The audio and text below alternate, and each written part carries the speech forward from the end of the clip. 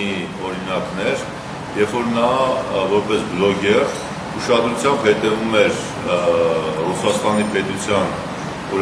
տենդերներին եւ իր բլոգում անդրադառնում էր այդ տենդերներին, որը որ շատ նախ Նավալնու նկատմամբ հետաքրքրությունը շատ մեծացավ, բայց նրան հաջողվեց կանխել մի շարք անհարկի տենդերներ, օրինակ եթե չեմ սխալվում, օրինակ Միզդրավի տենդերներ, որտեղ մեծ ծրագրային համակարգ պետք է ներդրվեր եւ ժամկետը ենթադրենք, ասենք, տված էր 15 օր ու գումարը մի քանի, ասենք, 100 միլիոն ռուբլի էր, էլի։ Ու նա շատ պրոֆեսիոնալ ձևով անդրադառնալով այդ տենդերներին դիտարկելով եւ այլն, նրան հաջողվեց հասարակական հետաքրքրություն ստեղծել եւ էականորեն ստիպված կառավարությունը փոխեց որակապես տենդերների հայտարարման եւ այլ ուրեմն գործընթացները։ Այս առումով մենք կարծում ենք, որ նույնը մենք կարող ենք անել, որովհետև լրագրողական ոլորտը մեր մոտ բավականին զարգացած է, բլոգերային ոլորտը ևս,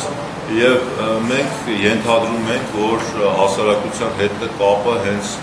նաեւ այս ոլորտի միջոցով պետք է արվի, բայց որպեսզի այդ արվի,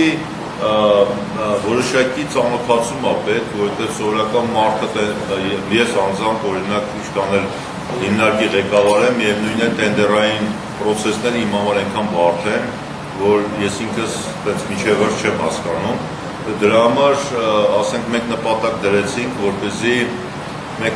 դրեցինք, որպեսզի այս միջոցառումով եւ ապագա միջոցառումներով փորձել մեդիա հասարակությանը, մեդիայում աշխատող մարդկանց ծանոթացնել, թե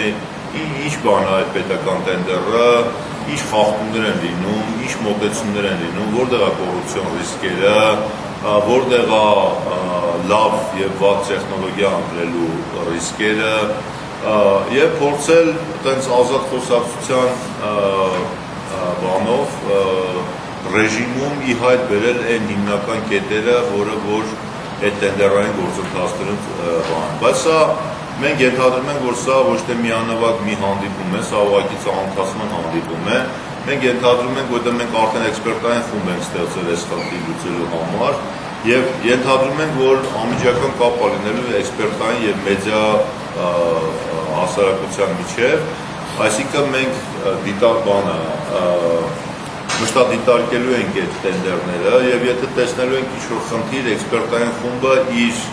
եզրակացությունը ուղարկելու է լրագրողական խմբին, լրագրողական խումբը արդեն հասարակության տեսակետից է դիտարկելու այդ պրոցեսները եւ մենք ստանալու ենք, ենթադրում եմ, հասարակության, քաղաքացիական հասարակության մի շատ կարեւոր գործող շղթա ենք ստանալու, որտեղ ներգրաված են բոլոր հետաքրքրված կողմերը եւ դրանով իսկ կարողանում ենք ազդենք տենդերային գործընթացների թափանցիկության, որակի եւ բանի համար։